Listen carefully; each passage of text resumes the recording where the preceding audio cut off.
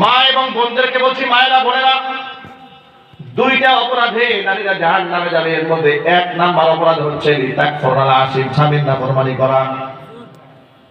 স্বামীর সেবার মধ্যে লজ্জা নাই, বরং স্বামীর সেবার মধ্যে আছে অহংকার।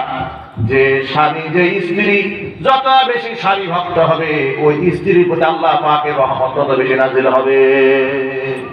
আল্লাহ হাবিব রহমতের নবী বলেছেন, কোন মহিলা যদি এমন অবস্থায় মারা যায় যে স্বামী তার উপর সন্তুষ্ট, আল্লাহ রাব্বুল আলামিন ওই মহিলাকে জান্নাতের মেহমান বানায়া দিবে। আল্লাহ তাআলা আমার মা বোনদেরকে স্বামী ভক্ত বানায় দেয়। এক। দুই নম্বর অপরাধ, যে অপরাধে অধিকাংশ নারী জাহান্নামে যাবে, সেটা হচ্ছে তাকসুরুনাল লানা, কথায় কথায় লানত দেওয়া, অভিশাপ দেওয়া। এটা একটা কমন অবস্থা মা বোনদের।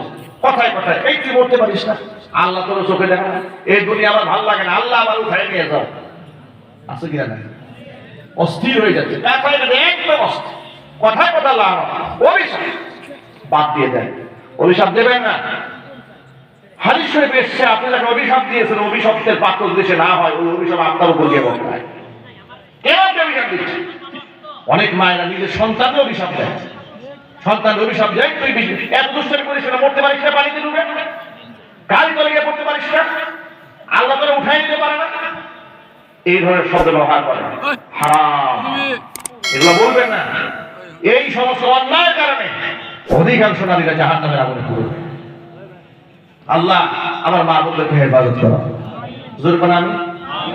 স্বামীরাও যারা আছেন, নারীদের হক আদায় করেন।